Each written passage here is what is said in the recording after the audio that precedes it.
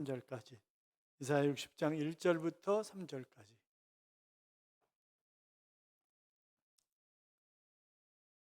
이사야 60장 1절부터 3절까지. 같이 읽겠습니다. 일어나라, 빛을 발하라. 이는 내 빛이 이르렀고 여호와의 영광이 내 위에 임하였음이니라. 보라, 어둠이 땅을 덮을 것이며 캄캄함이 만민을 가리려니와 오직 여호와께서 내 위에 임하실 것이며 그의 영광이 내 위에 나타나리니 나라들은 내 빛으로 왕들은 비치는 내 광명으로 나오리라. 아멘. 같이 인사하겠습니다. 주의 이름으로 잘 될 것입니다. 더 잘 될 것입니다. 끝없이 잘 될 것입니다. 아멘. 예배의 자리에 함께 하신 여러분, 하나님께서 이 한 주간도 여러분과 동행하심으로 잘 되는 행복한 한 주간의 삶이 될 줄로 믿습니다. 어제 갈매 지역 한가족 걷기 대회 나오셔서 섬겨주셔서 대단히 감사해요. 날씨도 굉장히 좋았죠. 날씨 좋아가지고 오늘 단풍놀이 가신 분들도 많은 것 같아요. 교회에 보니까. 감사한 것이 앞에서 주관하시는 주민자치위원장도 우리 교인, 사회를 보는 사무국장도 우리 교인, 부위원장도 우리 교인, 또 통장연합회 회장도 우리 교인, 다 우리 교인. 또 앞에 귀빈석에 앉아 있는 우리 백현종 의원을 위시해서 거기도 거의 교인들. 이거 얼마나 감사한지 모르겠어요. 교회는 어제 그 반환점에 비타 500, 1500개 그리고 물티슈 1500개를 제공을 했고, 그 다음에 1등 상품인 스타일러를 저희가 이제 드렸어요. 그게 저희는 140 몇만 원에 샀을 거예요. 그런데 사자마자 이틀 만에 200만 원으로 올랐어요. 그러니까 200만 원짜리 스타일러를 어제 드린 거거든요. 그런데 982번 2단지에 사시는 분이 당첨이 되셨어요. 우리 교인들은 주로 800번대를 가지고 있었거든요. 800번대를 가지고 있었는데, 그래서 우리 교인이 타는 것보다 또 바켓대 분이 타는 게 낫잖아요. 그게 낫죠. 그래서 교인들은 이불, 하여튼 어제 상품이 푸짐하고 그랬으니까 감사해요. 애써주셔서 감사하고, 또 한 가지 지난 주 중에 감사한 것은 저희가 교회를 건축할 때 공식적으로 건축금을 하지 않고 의자 하나씩 값만 내자고. 물론 장로님들도 그렇고 여러분이 헌신하신 분들이 많이 있습니다만, 그래서 먼저 교회를 72억에 팔았어요. 중계동에 있는 먼저 교회를 72억에 팔았고, 이게 이제 건축비, 땅값 이런저런 걸 합치면 거의 200억 가까이 들어간 거예요. 거의 200억 가까이 들어갔는데, 그러니까 빚이 좀 있겠죠. 그렇다고 빚이 얼마냐고 물어보면 제가 그래요. 빚 갚아주시려고 이러는데, 제가 빚이 얼마 있다, 건축해야 된다, 그런 얘기 절대 안 하잖아요. 왜냐하면 교회가 성장하면 자동적으로 빚은 갚아지는 거고, 이미 빚을 많이 갚았어요. 많이 갚았는데, 이제 감사한 것이 작년에 저희가 대출을 받을 때 새마을금고에서 이 금리가 막 올라가니까, 그런데 새마을금고에서 자기네 금리 적금이라든지 이자를 5.5% 주면서 저희한테 5.1%로 대출을 해줬거든요. 그러니까 굉장히 고마운 거죠. 굉장히 고마웠고, 그런데 이게 11달이 되면 페널티가 없이 이 대출을 갚을 수가 있어요. 근데 이번에 새마을금고에서 6%더 줘야 된다는 거예요, 이자를. 그리고 농협 갈매 지점장이 우리 최경 성도님 아들이에요. 둘째 아들이고, 이준호 성도님, 그러니까 통장연합회 회장 이준호 성도님 친동생이거든요. 근데 거기도 어떻게든지 해보려고 했는데 6% 이하는 안 된다는 거예요. 그런데 농협중앙회에서 4.95%로 해줬어요. 별로 놀라시지도 않네. 1% 차이면 어마어마한 이자 차이가 어마어마한 차이가 나는 거예요. 1년에. 너무 감사하죠. 너무 감사하고. 그런데 어떻든 새마을금고에서 지난 한 해 동안 그래도 우리한테 잘해줬기 때문에 제가 지점장한테 그런 얘기를 했어요. 우리가 그 헌금 들어오는 거를 일단 입금을 새마을금고로 시키겠다. 그리고 그 다음날 농협중앙회로 빼가겠다. 그렇게 얘기를 했어요. 그래도 너무 감사해하는 거예요. 그들은. 왜냐하면 일단 자기는 실적으로 잡히는 거잖아요. 실적으로 잡히는데, 제자교회가 우리 고객이라는 것은 돈으로 계산할 수 없는 그런 거라는 거예요. 그러면서 너무너무 감사하다고 그렇게 얘기를 하더라고요. 그러면서 목사님은 별걸 다 하신다고 그래요. 그래서 한 달 전에 이거 저기 없잖아. 페널티 없으니까 우리 빨리 작업해야 돼. 금리 오르니까 빨리 작업해야 돼. 목사님 뭐 사업하셔야 되는 거 아니에요? 저한테 그래서 그런 얘기 하지 말아요 나한테. 하여튼 너무 감사하죠. 이래가지고 우리는 잘 될 수밖에 없는 사람들이니까. 우리는 지금까지 늘 잘 돼 왔고 우리가 인사도 늘 그렇게 하잖아요. 다시 한번 인사해 보실래요? 주의 이름으로 잘 될 것입니다. 더 잘 될 것입니다. 끝없이 잘 될 것입니다. 아멘. 여러분의 삶이 틀림없이 잘 되실 줄로 믿습니다. 나니아 연대기라고 하는 영화를 보신 분, 나니아 연대기라고 하는 영화가 있어요. 오직 성경만 읽으시기 때문에 또 전혀 죄송해요. 근데 2부 예배 때는 꽤 많으시던데 그 반지의 제왕 시리즈처럼 기독교 세계관을 바탕으로 만들어진 판타지 영화입니다. 이 땅에서 벌어지고 있는 영적 전쟁을 판타지 기법으로 빛의 세력과 어둠의 세력의 영적 전쟁을 다루고 있는 그런 영화죠. 그래서 기독교인들이 볼만한 그런 영화입니다. 이 영화는 신학자이며 작가인 C.S. 루이스의 소설을 영화한 것인데 루이스는 아내와 사별한 후에 아내가 죽은 후에 그는 몹시 우울증을 심하게 겪었습니다. 인생 살맛이 안 나는 거예요. 그래서 매일 아내와의 추억을 떠올리면서 일기를 쓰는 것이 유일한 그런 위로였습니다. 그가 너무나 큰 슬픔 속에 잠겨져 있었기 때문에 하나님 앞에 기도하는 것은 오직 한 가지였습니다. 하나님, 제가 정신병자가 되지 않게 해주십시오. 하나님, 제가 늘 이렇게 사는데 정신병자가 되지 않게 해달라고. 그것이 그의 기도 제목이었고 어느 날 기도하는 가운데 살아계신 주님을 깊이 만나게 된 것입니다. 한 줄기의 빛이 자기의 영혼 속으로 확 비춰오는 것을 그가 느낄 수가 있었고 그때부터 슬픔 속에서 환희로 살만한 인생으로 그가 바뀐 것입니다. 그리고 주옥 같은 명작들을 발표하게 되었고 그 중에 하나가 바로 나니아 연대기입니다.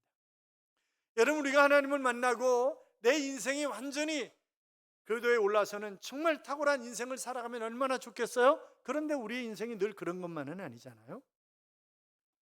가정에서 많은 고난을 겪은 C.S. 루이스는 이런 얘기를 했습니다. 멀리서 산을 바라볼 때 그 산이 울창한 숲이 있는 것 같고 아름답게 보이는 것처럼 각 가정도 멀리서 바라볼 때 평범하고 행복하게 보이는 것 같습니다. 그런 얘기를. 그러니까 안에 깊이 들어가 보면 다 문제가 있단 말이죠. 여러분, 문제가 없으세요?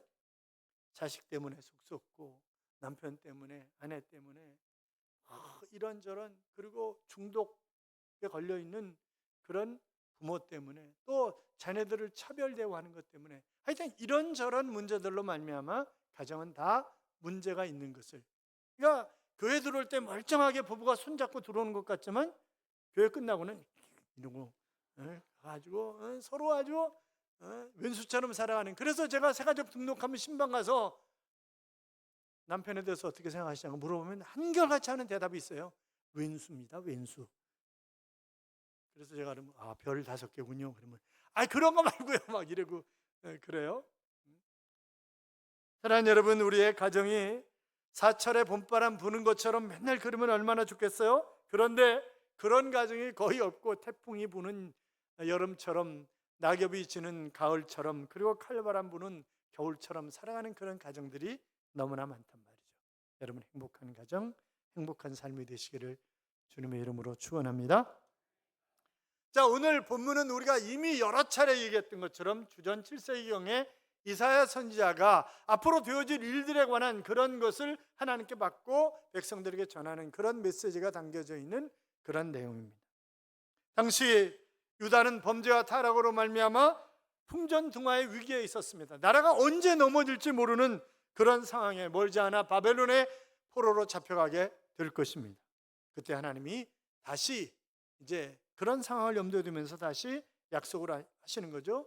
유다가 회복될 것이고 그 후에 만민에게 복음의 빛을 발하게 될 것이다 라고 하는 것이었습니다. 물론 이것은 바벨론 포로에서 돌아올 것을 의미하기도 하지만 그러나 궁극적으로 신약시대의 교회의 모습을 예언한 것이기 때문에 이것은 바로 우리 제자교회 또 우리들에게 주신 그런 말씀이다, 이렇게 볼 수가 있는 것입니다. 하나님은 빛을 발하라고 명령하시는 것입니다. 촛불 정도의 작은 불이 아니라 더 많은 사람들에게 더 넓게 비추는 그런 빛이 되기를 원하시는 것입니다. 여러분, 세상이 캄캄할수록 더 빛이 바라는 것이고 빛의 신가가 나타나는 것 아니겠습니까? 우리는 가정의, 민족의 빛을 비추어야만 합니다. 우리는 본래 어둠의 자식들이었습니다. 죄로 말미암아 사단의 지배를 받는 캄캄함 속에 사는 그런 사람들이었지만, 그러나 하나님이 빛을 비춰주셨고 예수 그리스도를 빛으로 이 땅에 보내셨기 때문에 그 예수님을 구주와 주님으로 영접하면 바로 그래서 우리는 빛이신 주님이 우리에게, 그러니까 내가 발광체가 아니라 빛을 반사하는 반사체로서 삶을 살아가게 된 거죠. 자, 일어나라, 그렇게 명령하셨어요. 일어나라고 하는 것은 히브리 원어가 앉아있는 사람에게 내리는 강력한 그런 명령입니다. 어둡다고 불평하지 말고, 낙심하지 말고, 소갈이하지 말고 이제 일어나서 빛을 비추라고 하는 것입니다. 주님이 세상에 비추었던 빛을 우리도 비추어야 하는데, 그 빛은 어떤 빛입니까? 첫째는 구원의 빛입니다. 어떤 빛이요? 구원의 빛이요. 여러분, 이스라엘 역사 속에서 이스라엘이 어둠 속에 있었던 때가 꽤 여러 번 있었습니다. 그들이 바로 이제 애굽으로 내려가잖아요. 야곱의 가족들이 70여 명이 애굽으로 내려가서 그들이 430년 동안의 삶이 순탄한 삶은 아니었습니다. 요셉 때문에 고센 땅이라고 하는 정말 아름다운 그런 비옥한 땅을 허락받았지만, 그러나 이스라엘이 인구가 너무 많아지면서 기하급수적으로 막 애들을 너무 많이 낳으니까 이러다간 저것들이 우리를, 그래가지고 그들을 노예로 부르기 시작합니다. 그래서 노예로서 정말 힘든 그런 삶을 사는 그런 어두움의 세월이었습니다. 그리고 주전 14세기부터 11세기까지 우리가 그 시대를 사사시대라고 얘기하는데, 그때도 어두운 시대였어요. 자, 살만해지고 평안해지면, 등 따숩고 배부르면 딴짓하는 것처럼 바로 이스라엘 백성들이 하나님을 등지고 딴짓하는 것입니다. 그러면 하나님이 이방 족속을 들어서 금방 갈기십니다. 그리고 그들이 노예로 사는 거예요. 7년, 10년, 길게는 20년 가면서 그들이 하나님 앞에 간절히 회개하면 하나님이 사사를 들어 세우셔서 민족을 구원하면, 그때부터 수십 년간 또 평안의 세월이 옵니다. 그러면 또 등 따숩고 배부르면 또 딴짓합니다.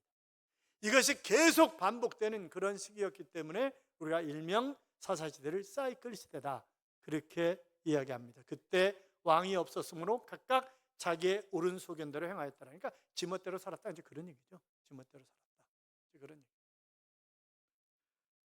자, 북쪽 이스라엘이 아시리아에게 주전 722년에 멸망을 당합니다. 그리고 남쪽 유다가 주전 606년에서 605년 사이에 1차 침입을, 그리고 597년에 2차 침입을, 486년에 3차 침입을 당하고 나라가 망하는 것입니다. 이제 그리고 그들은 바벨론 포로로 끌려갔다가 나중에 바벨론이 또 페르시아에게 멸망을 당하기 때문에 메데 바사라고 성경에 나와 있습니다만, 그래서 페르시아에 또 속국이 되는 것입니다. 그러니까 어둠의 세월을 쭉 그들이 보내게 되는 거예요. 여러분, 이스라엘 백성들이 그 어둠의 세월, 아니 이스라엘 백성들만 그런가요? 바로 우리들도 어둠의 터널을 지나갈 때가 참 많이 있잖아요. 2010년 8월 5일에 남미 칠레의 산호세에서 구리광산이 붕괴되어서 광부 33명이 매몰되어 있었던, 약 지하 700m 갱도에 매몰되어 있다가 구조된 그런 사건을 아마 여러분 기억하실 거예요. 왜냐하면 33명이 갱도에, 그런데 그 33명이 가지고 있었던 것은 물과 우유, 주스 10명이 이틀 정도 먹을 수 있는 분량밖에 없었습니다. 그런데 그들은 69일 만에 모두가 다 구조가 된 것입니다. 물론 그 가운데 탁월한 지도력을 가진 사람이 있었고 그들이 일사불란하게 그것을 잘 극복해낸 거예요. 그리고 최첨단 그 장비인 캡슐에 의해서 한 명씩 올라올 때마다 전 세계는 환호하고 그들에게 박수를 보냈습니다. 여러분, 우리도 깊은 어둠의 시대를 지나가고 있습니다. 코로나를 겪었고, 그리고 경제적으로 어둠의 터널을 지나가고 있습니다. 이 터널이 언제 끝날런지 그것은 아무도 모릅니다. 자, 1절 보세요. 1절 같이 읽어요. 일어나라, 빛을 발하라. 이는 네 빛이 이르렀고 여호와의 영광이 네 위에 임하였으니라. 아멘. 자, 영적인 어두운 상태에 있는 이스라엘 백성들에게 영적인 빛을 비춰주신 것입니다. 여러분, 육적인 잠은 우리에게 피로를 풀어주는 그런 것입니다. 그런데 영적인 잠은 우리의 영혼을 망가뜨리는 것입니다. 우리의 영혼을 죽이는 거예요. 누가 그래요? 사단이 그래요. 사단이. 끊임없이 우리를 유혹하고 미혹해서 우리가 영적으로 잠에 푹 빠지도록, 그래서 교회 생활이 재미없고, 그리고 봉사하고 희생하는 것도 싫고, 뭐 날씨 좋은 날은 야 맨날 교회 가냐? 산에도 좀 가야지.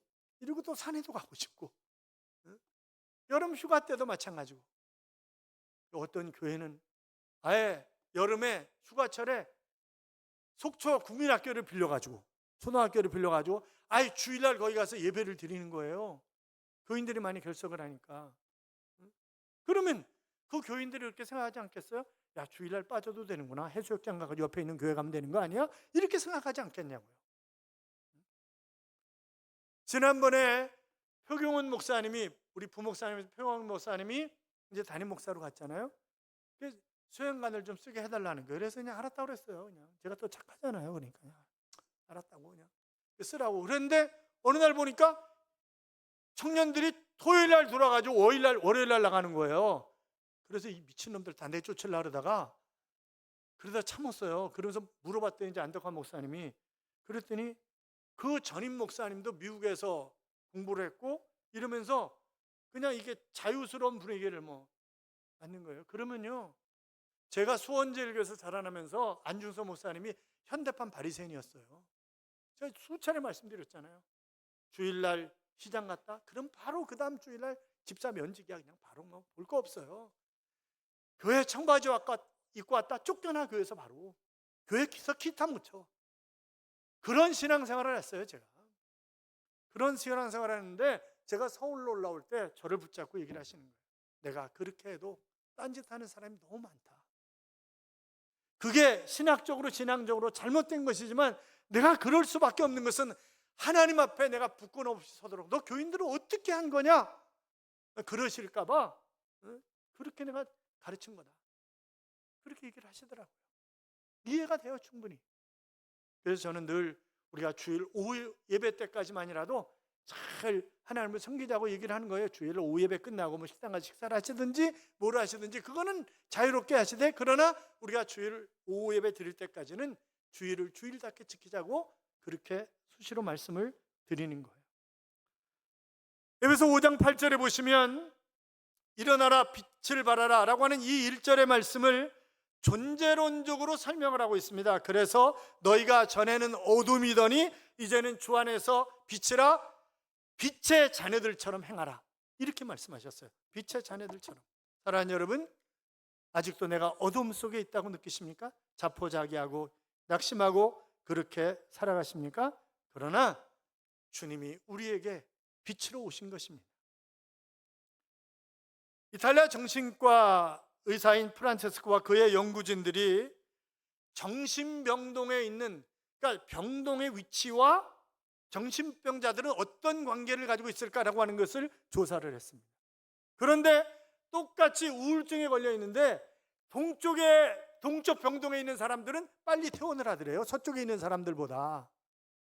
그러니까 그 연구가 또 그런 게 많아요. 영국 런던 공항 주변에 정신병원에서 수백 명을 대상으로 조사를 했는데, 그런데 서쪽에서 동쪽으로 여행 온 사람들은 조증이 심한 거예요. 조증이.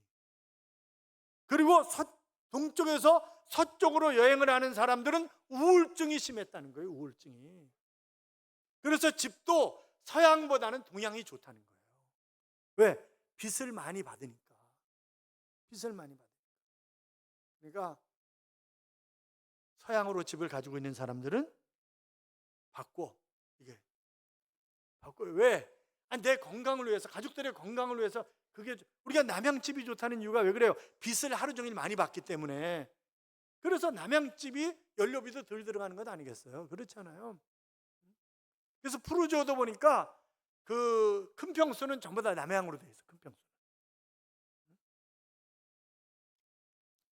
사랑하는 여러분, 영적인 잠에서 우리는 깨어나야 합니다.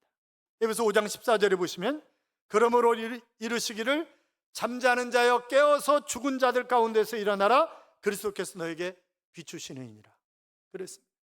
죽은 자 가운데서 일어나라는 거예요.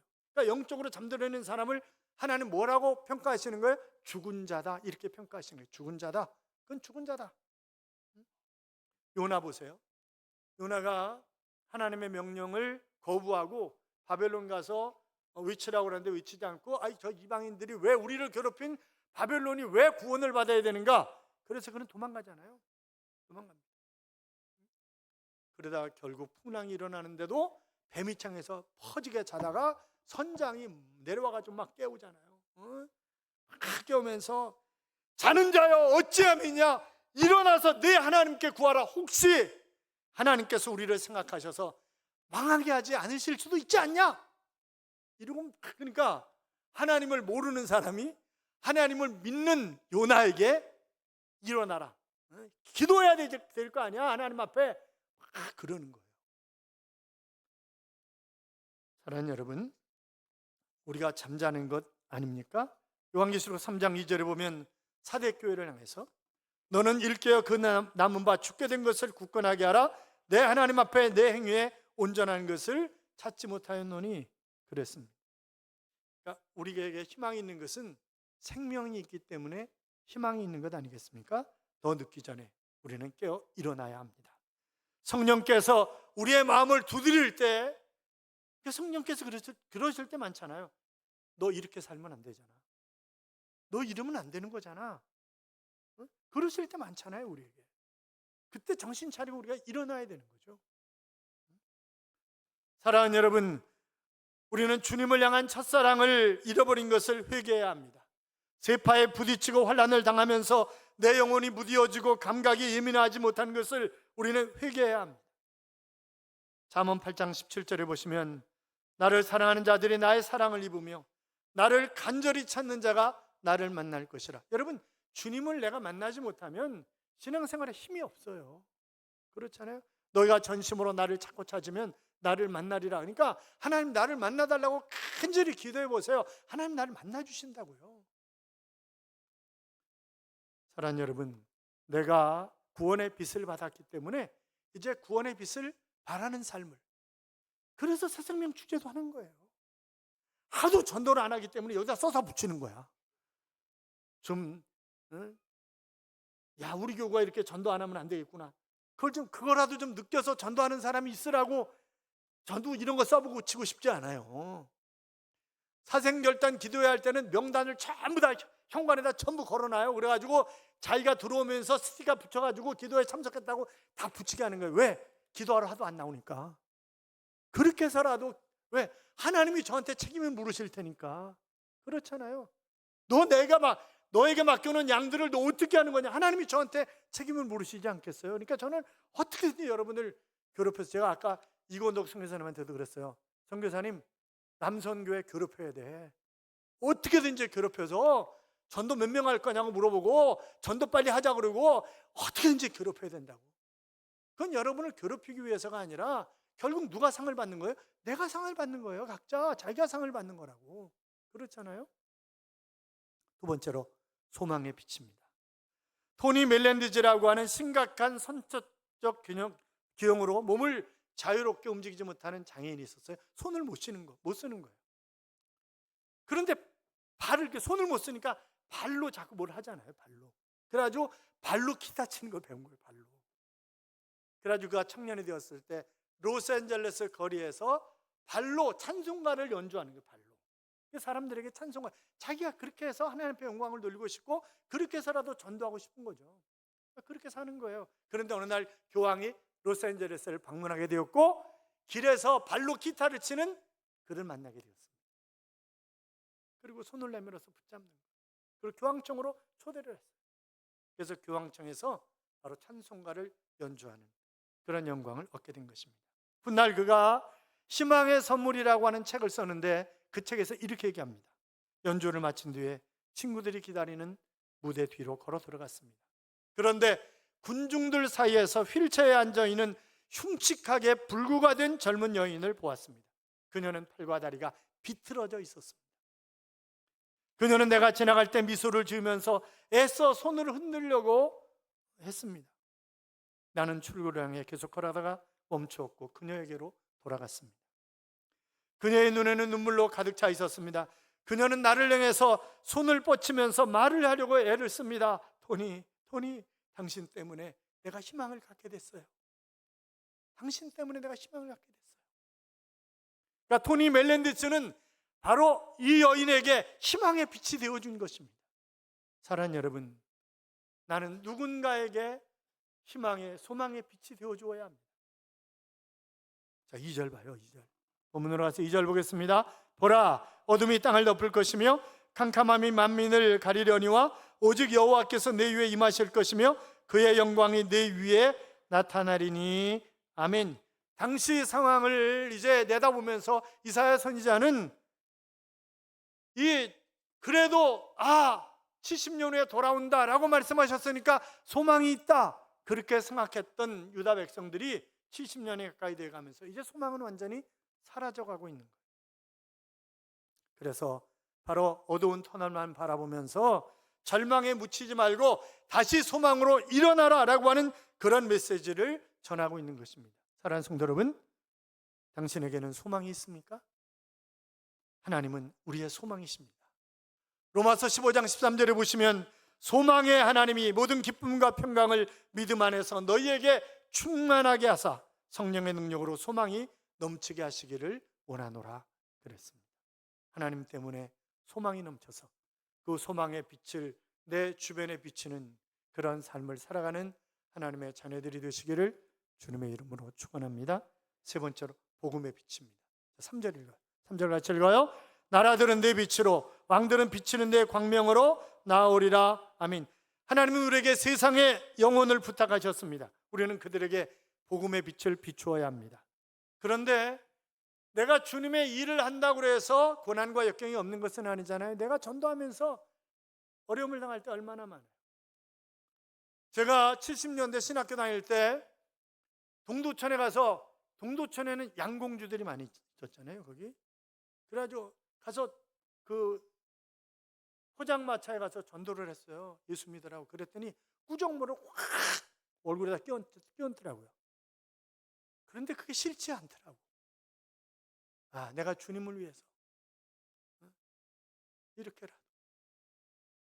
그러니까 우리가 고난과 역경이 있지만 그것이 주님이 우리에게 원하시는 것이기 때문에 그 일을 하면 이 땅에서 뿐만이 아니라 하늘에서 하나님의 복이 우리에게. 그렇잖아요. 디모데후서 1장 11절 이하에 보면 내가 이 복음을 위하여 선포자와 사도와 교사로 세우심을 입었노라. 이로 말미암아 내가 또 이 고난을 받되 부끄러워하지 아니함은 내가 믿는 자를 내가 알고 또한 내가 의탁한 것을 그날까지 그가 능히 지키실 줄을 확신함이라 그랬습니다. 그렇습니다. 우리의 사명이 복음의 빛으로 살아가는 것입니다. 여러분, 위기는 개인을 주저앉힐 수도 있고 국가를 주저앉힐 수도 있습니다. 위기는 두 가지 방향으로 나가는 거죠. 하나는 절망과 낙담의 자리로 이끌어갑니다. 또 하나는 성장과 변화의 단계로 이끌어가는 것입니다. 그것은 내가 선택하는 거예요. 그렇잖아요. 우리 시대가 만난 위기는 하나님을 의지하면서 역설적으로 우리의 영적 삶을 더 확장하고 부흥하는 기회가 얼마든지 될 수 있습니다. 내가 하나님 앞에 온전히 돌아서기만 하면 말입니다. 사랑하는 여러분, 우리는 위기의 시대를 함께 지나가고 있습니다. 밋밋하고 평안한 시대보다 위기와 시련을 통해서 우리는 한 단계 업그레이드 된 삶을 얼마든지 살아갈 수가 있습니다. 하나님의 말씀을 부여잡고 기도하는 사람으로 일어나시기 바랍니다. 사랑하는 성도 여러분, 예수 그리스도 이름으로 우리는 얼마든지 일어날 수 있습니다. 부정적인 말, 안 된다는 말, 못한다는 말, 그거 다 버리자고요. 내게 능력 주시는 자 안에서 내가 모든 것을 할 수 있느니라라고 고백했던 사도 바울의 고백이 우리 모두의 고백이 될 수 있기를 주님의 이름으로 축원합니다. 일어나 빛을 발할 때 우리는 축복의 삶을 살아갈 수 있습니다. 구원의 빛, 소망의 빛, 복음의 빛, 이 빛을 바람으로 하나님 멋지게 사용하셔서 이 땅에서나 하나님 앞에 섰을 때나 받을 상급이 있는 그런 삶을 살아가는 귀한 하나님의 자녀들이 되시기를 주님의 이름으로 축복합니다. 이런 찬양이 있어요. 주의 크신 은혜라고 하는 찬양인데, 주의 크신 은혜로서 구원을 얻었네. 주여 다시 우리들을 버리지 마소서. 내 죄로 인하여 영 죽을 우리를 주의 크신 그 은혜로 다시 살리셨네. 주 흘리신 피로 나 씻어주시고 대속하여 주신 사랑 항상 찬송합니다. 우리들의 부족함을 다 아시는 주께서 항상 도와주시고 힘주시옵소서. 내 연약한 믿음 굳세게 하시옵소서 라고 하는 그런 찬양입니다. 사랑하는 여러분, 하나님께서 우리에게 은혜를 베푸셔서 구원의 빛, 소망의 빛, 복음의 빛을 우리에게 비춰주신 것입니다. 이제는 우리가 비춰야 할 그런 차례입니다. 우리 멋지게 첫사랑을 다시 회복해서 우리 주변 사람들에게 복음의 빛, 소망의 빛, 구원의 빛을 비춤으로 하늘의 별처럼 빛나는 그런 삶을 살아가는 하나님의 자녀들이 되시기를 주님의 이름으로 축복합니다.